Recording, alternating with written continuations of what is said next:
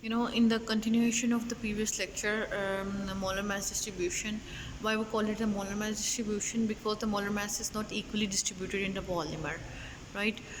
It could be discrete or continuous. Maybe there is a, you know, distribution of molar mass is not continuous. Like they could be like in a smaller in size. There are different sizes for polymeric chains. Like we may have a oligomers, right? We may have low molecular weight chains, and we may have high molecular weight chains, right? So there are different lengths of polymer size. So that's why we need to take average. We cannot say that we can determine the molecular weight of a chain exactly perfectly, right? So that's why we are taking the average of molecular weight, right?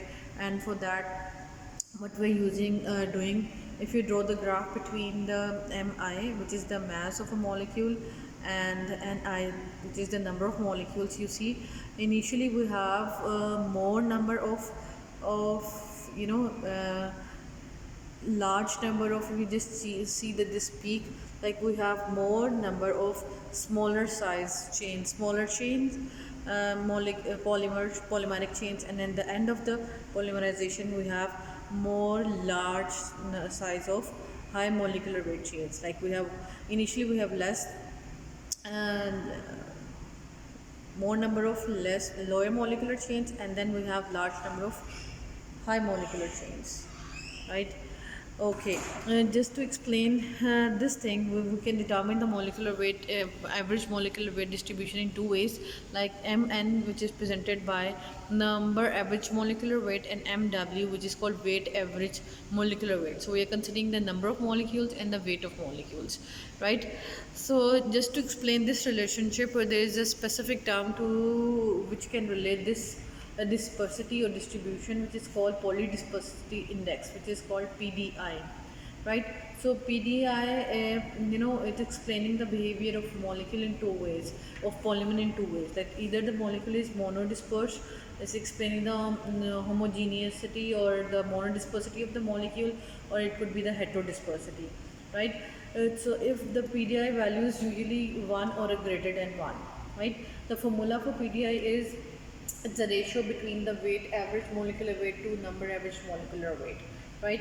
So if the value of PDI is equals to 1, right? So which is all naturally, it is present just for the cellulose.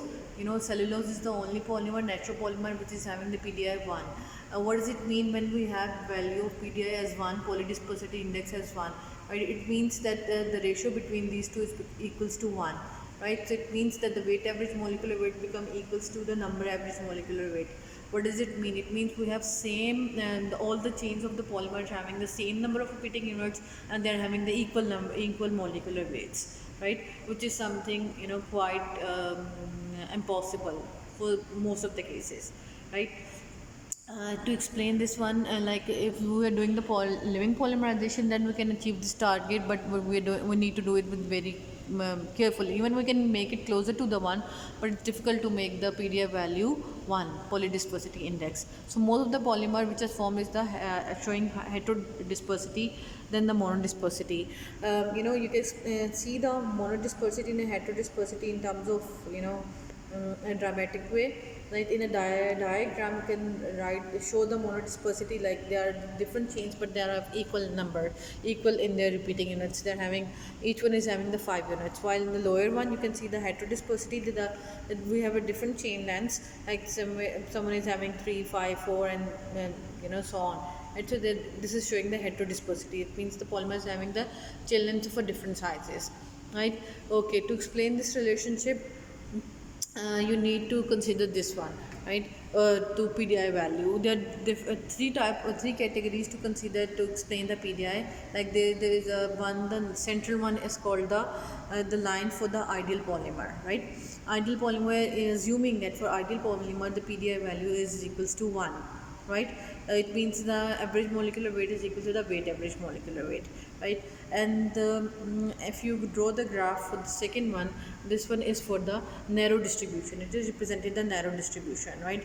For them, the PDI value is in the range of a 1 to 1.4, while in case of this last line of a graph, which is quite broad, right? This is representing the broader distribution of the PDI, and its range lies between 1.5 to 2, right?